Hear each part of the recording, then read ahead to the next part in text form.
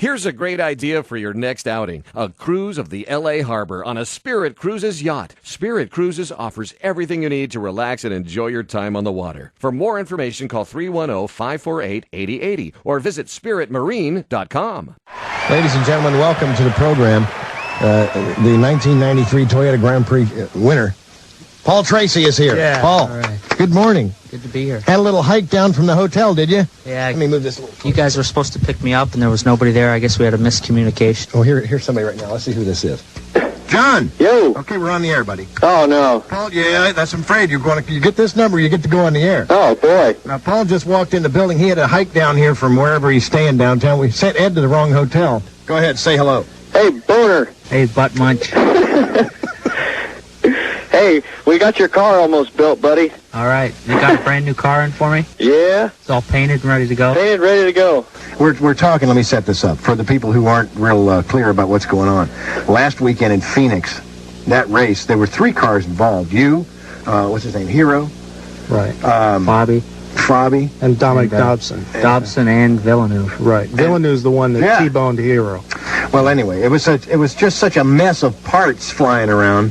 And I understand you haven't seen the video yet. We have it here, I think, somewhere. Well, I'll show you that. All right. So, John, you couldn't quite put her back together after that one, huh? No, Villeneuve did a pretty good job on us there. Couldn't quite get the glue out to, put that thing together. Boy, I'm telling you. Yeah. Well, how much is that going to set back the team? Oh, I don't know. We don't know figures. We just put them together. You don't make the money, you just spend it. Yeah. All right. That's the way. I wish it was like that around here. I'll tell you the truth. I heard you just played his song, that AC/DC Balls to the Wall. Yeah, he almost had his balls in the wall. Wow, that was something else. How did you get involved in that? What happened? What were you doing up there on that high side of that thing? I'd been running up there because that's where the car was working well to pass people, so it was just my pattern of the line I was running up there. And I came up behind Hero and Fabi, and they were beside each other, and they touched in the turn, and just nowhere to go. It's like a... Yeah, you went up sort of stuck up there. The track, and I was trying to slow down because we're going 194 miles an hour into that turn, and trying to slow down to avoid them. I was trying to get stopped and locked up the brakes and had nowhere to go but go up there with them. So God, when that car went zipping by, the camera was just right directly. The angle was perfect, and it looked like everything exploded. Yeah, it was just... there was parts everywhere. I was amazed because I saw some cars go by slow, and I thought, well, I'm going to get out because everything slowed up, and then all of a sudden it was just like this, almost like a bomb went off, and there was parts flying, and the gearbox came over the top of my car and went over my head and landed on the front of the car, and it was parts everywhere. Good God. It was a mess, I'll tell you. Now, the pit crew called a minute ago, John and the guys from down there. And there's some local boys in that pit crew, local boys to Southern California. Yeah, John, my crew chief, John Boslog, he's from L.A., and Scott St. Peters lived out here, worked over at Longo restoring race cars for Roger, so... Wow. There's a couple guys from out here. Roger B. and Roger Penske. Yeah. Man, that's a legendary guy right there, isn't it? Yeah. Jeez. Yeah. And, well, the races here at Long Beach have been pretty instrumental in getting you going, period. And pretty much how you got hooked up with Roger. Why don't you tell that story? It's fascinating. Well, I started... I won the Indy Lights race here in 1990, and then, I won the championship and couldn't get anything going. And we rented a ride with Dale Coyne, smaller team, and, qualified car pretty good, and went out in the race, and the motor blew up after, 6 or 7 laps. I was sitting on the curb in the pits and, just sitting there with a friend, kind of bummed out, and Roger rode by on a bike and said, hey, you're doing a good job. And, later on that day there was a car at our trailer and said, come by the Marlboro tent.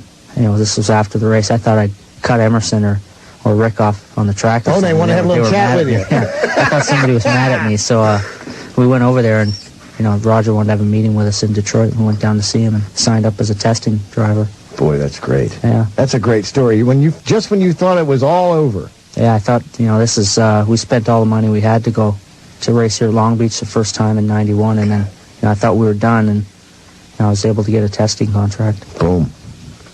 That's the break of the century, and you've taken advantage of it, too. Well, you're not from a racing family, I know that. How do you get started when you just, from nothing? What happened? You get a wild idea as a 6-year-old? Yeah, just, I think my dad wanted to keep me off the streets from hanging around. I started racing go-karts when I was 6, and competitively when I was 7, and I've just been doing it ever since. Good God. That's the supercars that go 100 miles an hour. No, they were pretty slow. The little ones started out with Briggs & Stratton motor and, moved up through the levels, and they got faster and faster. And, then stepped into cars when I got my driving license. Good God. When you take lessons, what do you do? Well, I took a racing school. It's actually pretty funny that my driving school instructor when I took my first racing school was Scott Goodyear, who's a pretty good Indy Car driver himself. He didn't have anything going at the time in 1985, and I went to he had his own racing school, was what he was living off of, and took his driving school, and he was my instructor, so. Well, a little bit of a story behind from that. I bet there is. And now you're kicking his butt. Well, he's doing a good job, second at Indy, and he's really done a good job. All right, now listen, I found this book in the Walden bookstore the other day, and I figured if I could, I'm not really a kid anymore. That might come as a shock to you. I'm sure. But I found this book here that says How to Drive an Indy Race Car. Now, is this pretty much the book that came along with the course there at the Goodyear School? No, I see Al's on the cover there, so maybe he's the... Yeah, right. Yeah, but actually there's some pretty interesting information in this. I've never seen that book before. This is a joke. It's a primer to get dodos like me in tune with what's going on the racetrack so I can watch this and somewhat understand. But some of the figures are real interesting.